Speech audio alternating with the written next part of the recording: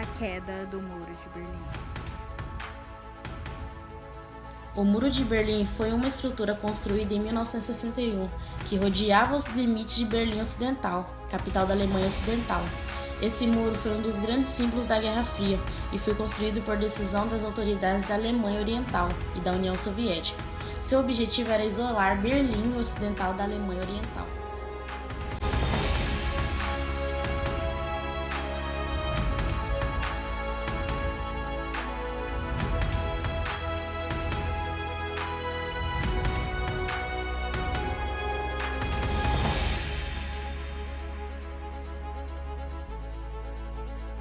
Contexto histórico. No começo da década de 1960, o território da atual Alemanha era dividido em duas nações diferentes.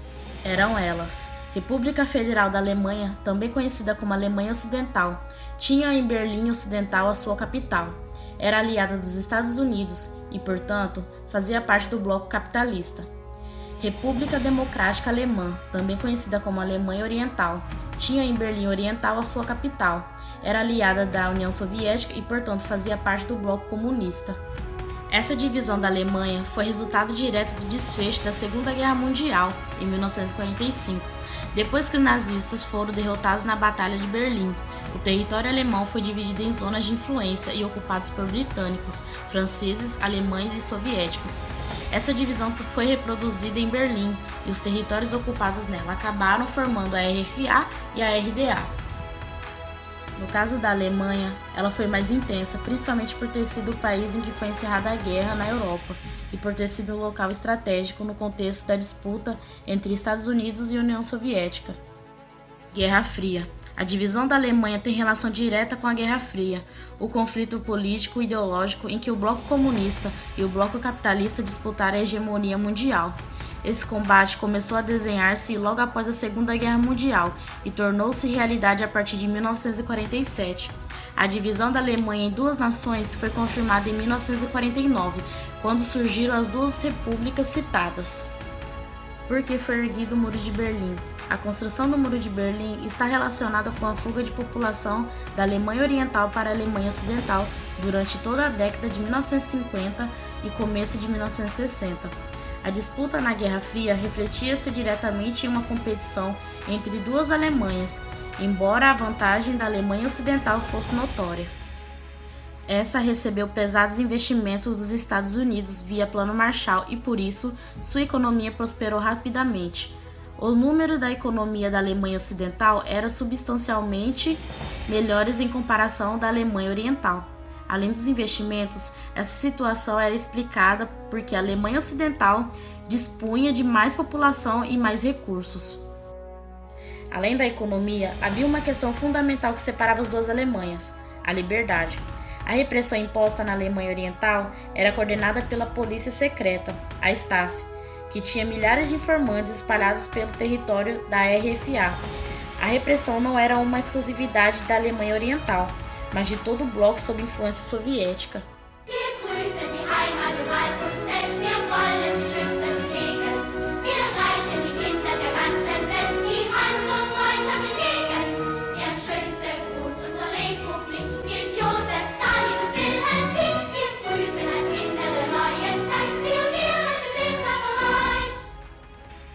Construção do Muro de Berlim.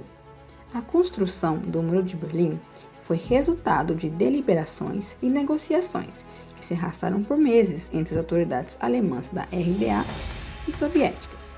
O pedido de Ulbricht foi realizado em maio, a autorização soviética foi dada em junho e a construção do muro só foi iniciada em agosto de 1961. Esta fez parte da Operação Rosa. A operação para construir o muro foi conduzida de maneira extremamente secreta, uma vez que se temia uma reação das nações ocidentais, bem como temia-se que, caso a informação vazasse, um número gigantesco de pessoas fugisse de última hora. O historiador Patrick Major fala que na RDA somente 60 pessoas sabiam de sua existência. Os soviéticos, então, deram início aos preparativos silenciosos da Operação Rosa, e o comando desta foi entregue a Erich Honecker, presidente da Alemanha Oriental, entre 1976 e 1989. Os serviços de inteligência das nações ocidentais tinham evidências de que a RDA poderia fazer alguma ação para fechar as fronteiras. Entretanto, não houve nenhuma mobilização para impedir que isso acontecesse, até porque não se sabia quando seria. Os soviéticos e alemães determinaram que a operação aconteceria na passagem do dia 12 de agosto para o dia 13. Naquela madrugada, milhares de tanques russos tomavam conta das ruas de Berlim, e pela manhã, os soldados da RDA já haviam se posicionado nos limites entre Berlim Oriental e Berlim Ocidental, com milhares de metros de arame farpado que fechava a fronteira entre as duas cidades. Ao longo dos meses seguintes é que foram realizadas ações necessárias que implantaram vários quilômetros de muro de concreto, torres de segurança, cercas eletrificadas e colocaram no local equipe monitorando o muro 24 horas por dia. O monitoramento era realizado por soldados do exército da Alemanha Oriental, que além de armamento pesado, tinham a sua de guarda. O fechamento da fronteira e a construção do Muro de Berlim conseguiram praticamente acabar com o êxodo de cidadãos para a Alemanha Ocidental. Estima-se que depois do muro, somente cerca de 5.000 alemães orientais conseguiram fugir do país, e entre 1961 e 1989, 140 pessoas morreram tentando cruzá-lo. Queda do Muro de Berlim. A queda do Muro de Berlim foi resultado da crise política e econômica que atingiu a Alemanha Oriental na década de 1980. Essa crise na RDA acabou motivando protestos contra a situação do país, e esses incluíam manifestações contra o autoritarismo e a falta de liberdade que o marcavam. A insatisfação com a situação da Alemanha Oriental levou milhares de cidadãos daquele país a procurarem refúgio em outras nações. E essa situação ganhou força quando a Hungria decretou a abertura de suas fronteiras com o Ocidente, em 1989. Essa abertura era um dos alvos das manifestações que se espalhavam na Alemanha Oriental.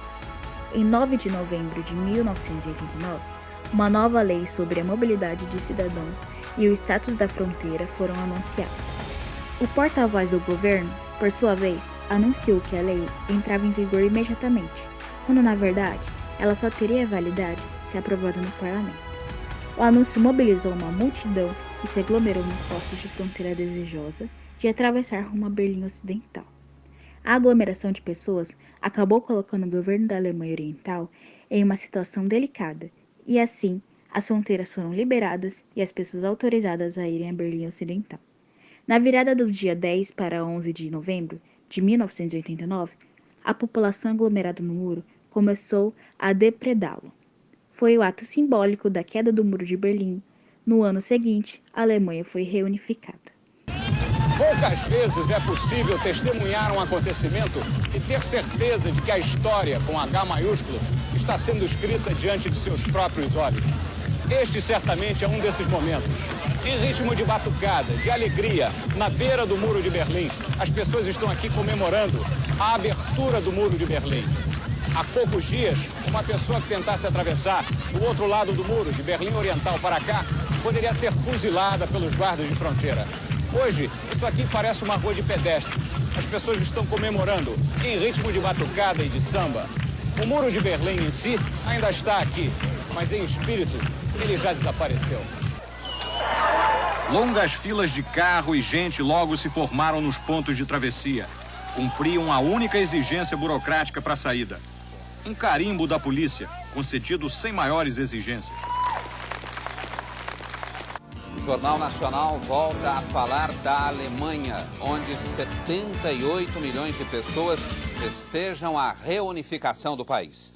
Da porta de Brandemburgo, ao vivo, fala o repórter Pedro Bial. Ao vivo. Há exatamente meia hora, a Alemanha é uma só nação. Berlim, a capital da nova Alemanha unificada, está tomada pelo povo. Pelo menos 1 milhão de pessoas estão nas ruas e todos querem passar sob o portão de Brandemburgo para celebrar a unidade nacional. À meia-noite foi um delírio. Além do entusiasmo popular, todos os sinos da Alemanha começaram a tocar e os fogos de artifício coloriram a noite de lua cheia. Até agora, nenhum incidente mais grave foi relatado. Houve pequenos confrontos entre grupos de extrema esquerda e neonazistas, mas as agressões foram somente verbais. Apesar da grande multidão e da enorme bebedeira de muitos, a comemoração está sendo pacífica. A nova Alemanha unificada é a menor da história em tamanho. mas é uma superpotência econômica, a economia mais poderosa da Europa e a terceira do mundo, atrás somente dos Estados Unidos e do Japão. No discurso que fez hoje à noite pela TV para os alemães, o chanceler Helmut Kohl disse que essa Alemanha será diferente de todas as outras do passado e que será um país amante da liberdade e da paz. O mundo todo espera que assim seja. Pedro Bial, de Berlim, a capital da Alemanha Unida, ao vivo para o Jornal Nacional. Boa noite.